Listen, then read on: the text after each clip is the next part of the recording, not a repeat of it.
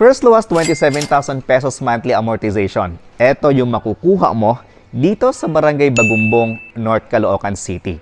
3 bedrooms, 2 toilet and bath, at isang parking lot. Dito lang yan sa Princess Homes Bagumbong, North Caloocan City.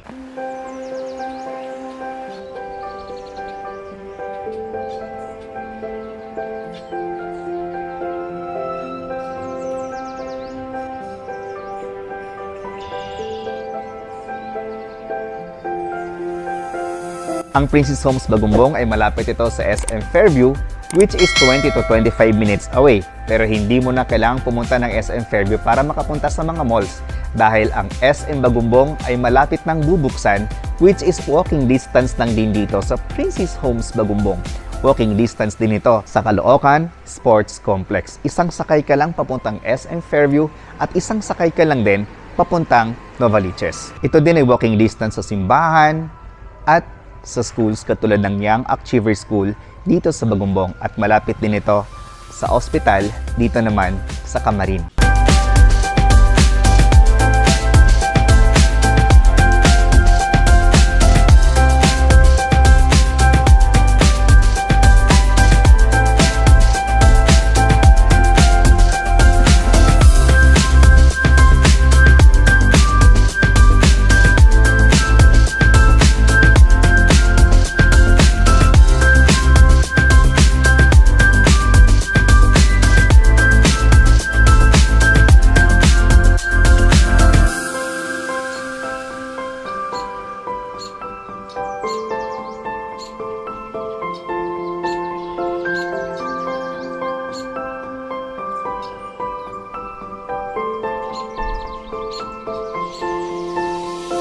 Hello future homeowners and investors, this is Rog Camacho, your licensed real estate broker. At andito nga tayo ngayon sa Princess Homes Bagumbong to feature this 2-story townhouse sa Princess Homes Bagumbong. So for our Elmar model unit, we have a minimum lot area of 50 square meters and the floor area is 78 square meters. So medyo mas malaki na yung ating Elmar model unit. So mamaya ipapakita namin sa inyo kung paano namin siya i-turn over. And we can guarantee na this area is 100% flood-free, no? And aside from that, yung gawa nila ditong bahay ay purong buhos. Sa ating Elmar model unit, ito yung space natin para sa ating parking lot. For 50 square meters, kasyang-kasya na dito yung sedan or yung ating SUV na sasakyan. So, ang frontage ng ating bahay ay nasa mga 5 meters. So, magmula dito, 1, 2, 3, 4, 5. Nasa 5 meters po. Then, yung ating turnover dito ay complete na. Naka-tiles, naka-paint, and partition. So, welcome to Elmar Model Unit.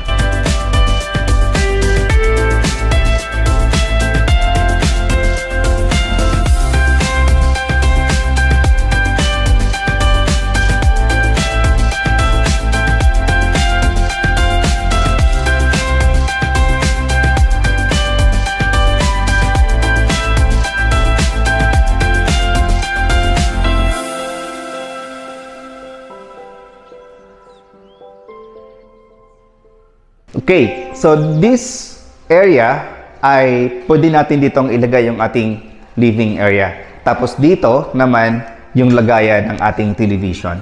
Tapos dito naman sa unahan is dito natin ilagay yung ating dining area. So dito natin ilagay yung ating dining table kasi dito nakalocate yung ating dining area. Tapos on this side, meron pa tayo ditong lagayan ng ating mga display. So kulang na lang yung mga shelves. Pero meron na tayong nakaabang dito na space for your display.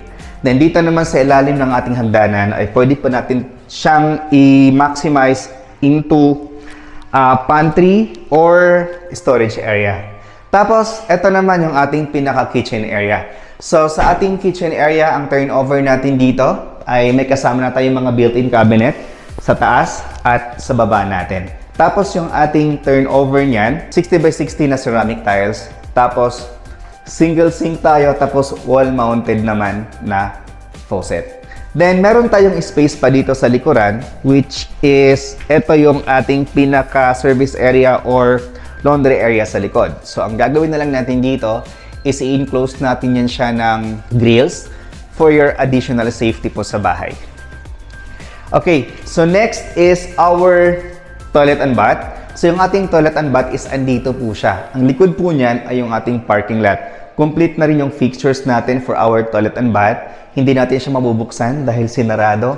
Pero ipapakita namin kung ano yung turnover mamaya doon sa second floor.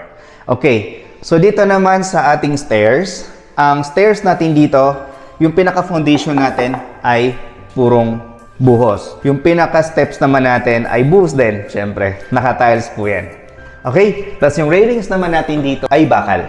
Andito na tayo ngayon sa ating second floor. So, iisa-isahin natin, no? Kasi itong ating second floor ay malaki talaga ito. So, dito sa area na to, iikot ako. Ayan.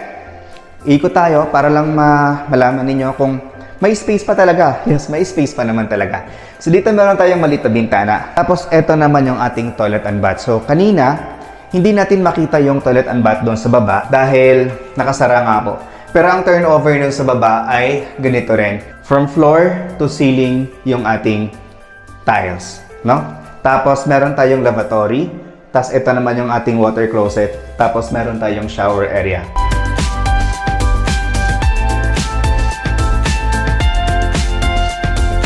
Okay, so that's all for our toilet and bath. Next is, meron tayo ditong space para sa ating mga gamit sa bahay, no? Sapatos or anything na gusto nyong ilagay dito sa shelves na to. Well, this is included doon sa price na ibinigay namin sa inyo. Tapos ang kagandahan nga po dito sa bahay na to ay complete nang i-turnover sa inyo, no? Naka-tiles na with partition. So, napaka-convenient. Lalo na sa mga OFW nating mga kababayan. So, this is our bedroom number 1. So, for our bedroom number 1, kasyang-kasya dito kahit yung queen size na bed. Tapos, meron tayo ditong saksakan para sa ating aircon. Actually, ito, yung side na to ay provision para sa ating window type na aircon. Otherwise, kung gusto nyo pong mag-split type na aircon, pwede pa rin naman. Kasi meron tayo ditong saksakan para sa ating aircon. Meron tayong abang. Tapos, ang kagandahan dito ay yung ating bintana, medyo malaki siya, no? Ayan, hanggang dito siya.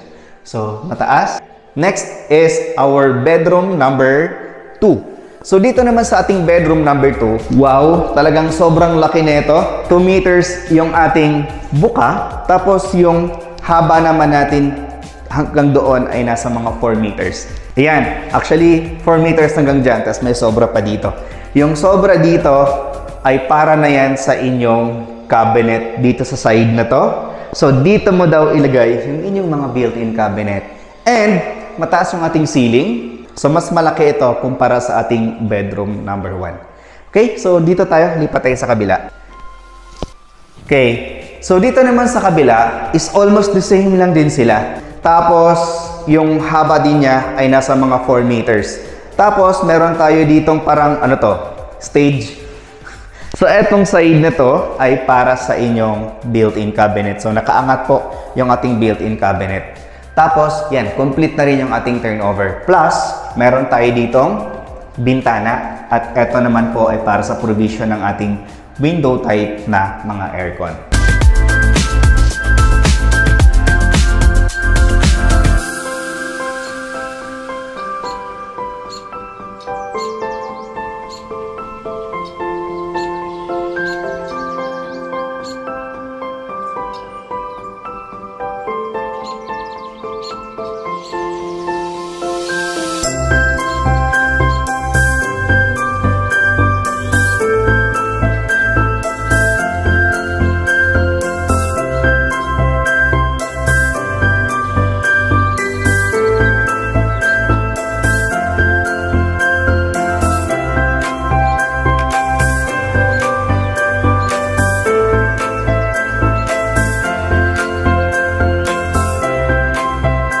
Future homeowners and investors, this is the price for our Elmar model unit with a lot area of 50 square meters and the floor area is 78 square meters. It has 3 bedrooms, 2 toilet and bath, at isang parking lot. Complete ang ating turnover, naka-tiles, naka-paint, and partition. So yung price natin dito ay 4,150,000 pesos. Sa mga client natin na naghahanap ng mas malaking lot area, ay meron din po kaming 70 square meters na lot area. At ang price naman nun ay 5 million pesos. So dito muna tayo sa ating minimum cut na 50 square meters. So yung down payment ng ating 4,150,000 pesos is 20%, which is 830,000 pesos. Bawasan natin ang reservation fee na 30,000 pesos at ang matitira doon ay pwede nating i-divide 24 months without interest. Then yung inyong monthly down payment for 24 months without interest is 33,333.33 pesos lang. Then yung ating balance na 80%, ayun naman yung ilo-loan natin sa bank financing. Then yung inyong monthly amortization through bank financing for 20 years is 27,500 pesos lang. Para naman sa ating mga OFW or immigrant na gusto mag-avail sa LMAR model unit ay dapat lang wala tayong unpaid na credit card at dapat meron kayong representative dito sa Pilipinas. And lastly, dapat Filipino citizen or dual citizen po kayo para maka-avail kayo through bank financing. So ang bahay namin dito ay available lang through cash, deferred cash, or bank financing. For more details about this project, trippings, and reservation, please i-dial po yung number na naka-flash dyan sa inyong screen. And if you are new to my channel, kindly click that subscribe button at i-hit mo na rin ang notification bell para pag mayroon akong bagong videos na katulad nito, ay agad namin kayong ma-notify. Again, this is Rog Camacho, your licensed real estate broker. Thank you so much for watching and God bless.